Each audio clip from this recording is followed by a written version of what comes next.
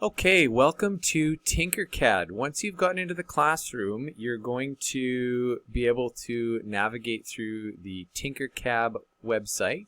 And up here we have our TinkerCad logo, and anytime you click on that, it's going to take you back to this home page, which we're currently on. Down the left-hand side here, there's a few different products that they have. The one that we're going to be working with is 3D design. So make sure you're highlighted on the 3D design tabs. And you see that you have a bit of a location where you have all of your previous work shown here. Now you guys are new to TinkerCad, so you won't have your previous work. So you're going to want to go and create a new design. Once you click on create a new design, it's going to take you into a view of a work plane. Now if we think in terms of a 3D printer, this is basically the print bed or the surface where your object is going to be built on. As far as looking at our surface here, up in the top left-hand corner, we have our view cube, and our view cube is right now set in a split between our top and front. If you want to look at it from a corner view, you can simply click on the corner of this box, and now it will rotate our work plane to whatever view that we would like to look at it at. Now, once you have done that, maybe you get it to a point where you're having troubles getting it back, or you want to quickly get it back to where it originally was, you can just click on this home tab, and it brings you right back to the original view that you started in. Okay. Once you have your work plane figured out where you want to view it from, you'll notice that on the left-hand side here that we have some objects that we can bring in. And as we scroll down, you can see that there's quite a variety of objects. Right now, we're just going to start out by bringing one of these objects out onto our work plane. So to do that, we simply click onto the object. So in this case, we're going to take this box, and we're going to drag it out onto our work plane and then let go of our mouse, and it'll set it down in place. Now the roller on our mouse is really useful when we're viewing our object. If we roll our mouse forward, it zooms in on our object, and if we roll our mouse backward, it zooms out. We can also use a pan tool by taking our mouse roller, and if you hold that down and click it in place, it now becomes a pan tool. We can also use an orbit tool, which is if we click on our right mouse clicker and start to move it around as we're holding it down, that then becomes now an orbit tool where we can rotate around. So using the roller on your mouse and your right clicker, you can get a view of whatever it is you want to see. And again, you can always click that home view to take you back to where you started if you don't like the view that you currently have. Okay, the object we brought out here is a box. Basically a three-dimensional cube, and what we're going to do now is look at how we can manipulate this object. So if we just grab onto the box and hold down our left mouse click, we can drag it around to whatever location that we want. Now it's automatically setting it onto our build plate for us. We can lift it up if we want to, but right now we want to start by anchoring something or having it sitting on top of our build plate. So you can see here that as you start to drag it, it shows you the distances that you've moved it. If you want to move it by a specific distance, you can always click on that box and then type in the distance that you want. So if we wanted to, say, move this over 20 units, we can go in and edit that, type in 20, and now it moves it our 20 units. When we select our box here, we can manipulate it by grabbing on to our little boxes that are shown here. So anytime you grab onto one of the white boxes, it'll pull a corner and it'll adjust two dimensions at the same time. Anytime you grab onto one of the black boxes, it will only adjust one plane at a time. So you can basically grab onto a surface and pull it. Now, we'll also notice that on the side here, we have information on our sizes of our box. So we can go in and we can type in here as well what we would like our length, our width, and our height to be. So let's say we want the length of this box to be 40 units. Let's go in and type 40. Okay, push enter, and now it automatically updates the length of our box to 40. If we click on any of these corners here, you can see that it shows here we're at 40. And let's say we want our width to be 20. We can type in 20 down here, or we could type 20 up in here in our width, and it'll update that for us. Okay.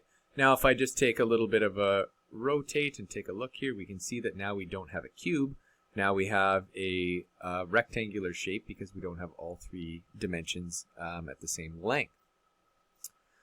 All right, so you can play around and manipulate a rectangle. The next thing we're going to do is we're going to bring another object onto here today.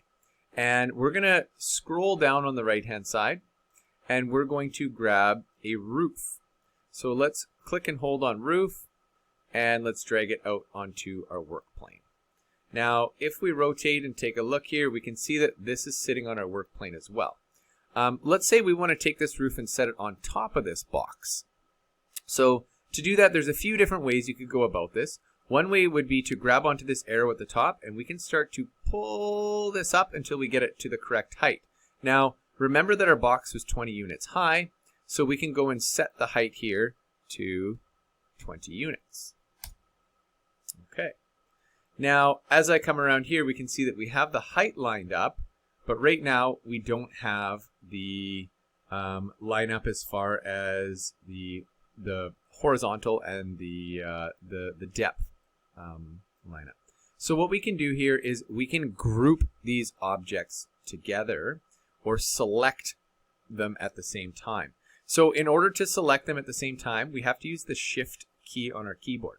So I'm going to click on the roof once, and now I'm going to hold down Shift, and I'm going to click on our red box.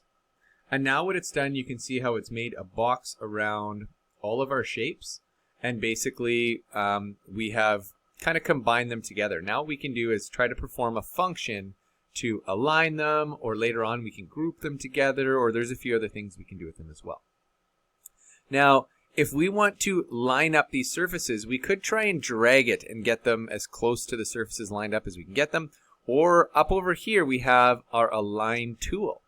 So we're going to click on Align, and now it brings up some alignment tabs for us. So right now, it's looking at moving this green roof, and it's saying, okay, what do you want to line it up with as far as this red box? So as we come down here, we can see, well, let's say we want this front surface to line up with this edge right along here. I can click on this dot, and it'll bring those surfaces right in line with each other. So if we look here, we can see that those are in line. The next thing we could do if we wanted is we could take this left edge and we could line it up with the left edge here. And now they're lined up with each other. Now, when we put our roof on, it just happened to be the same width as our box. We could adjust that as well.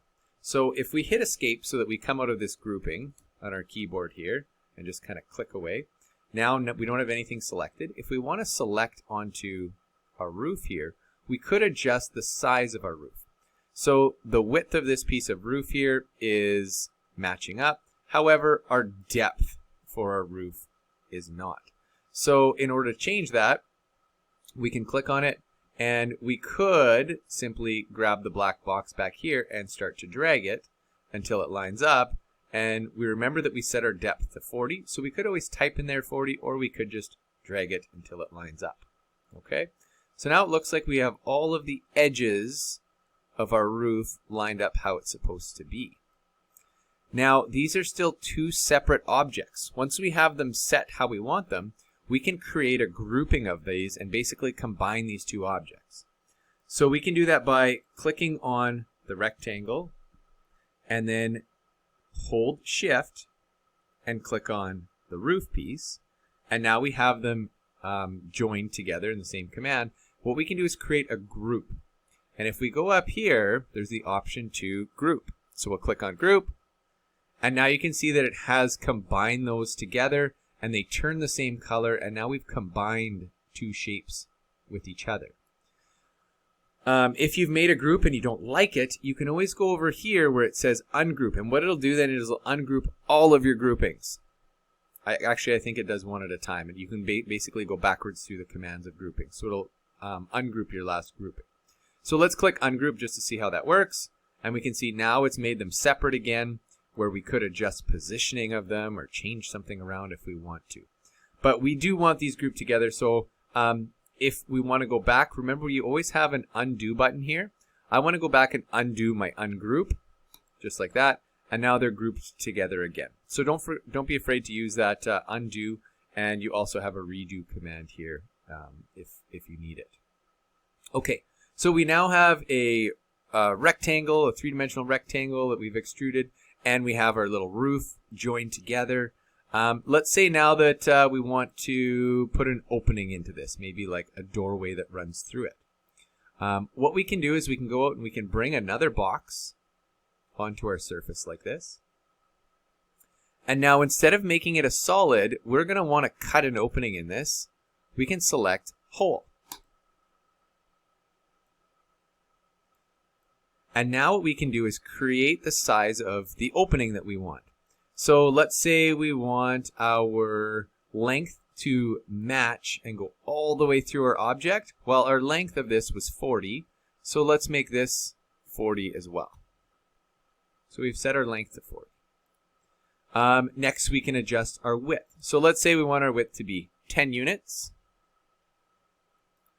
And let's say we want our height to be 15 units. Okay. Now what we want to do is line these up with each other. So to do that, we can select both objects. So remember to hold Shift, select them both, and now we can go through the alignment process. So right now what I've done is I selected this piece first, so it's going to try and line our red object up to our hole. So if we want to align the two front surfaces together, I'm going to click on this edge right here, and they will align with each other. And let's say we want to center this opening. Then what I'm going to do is click on the center of our red object here. And now you can see that those are aligned with each other. Now we want to group those together, and that will cut the opening out for us. So we've now created a cut opening there for our object, and this is about where we're going to leave this object. Now again, if you want, you can grab onto it and you can move it to wherever you want it and type in those distances, or just roughly place it wherever you want.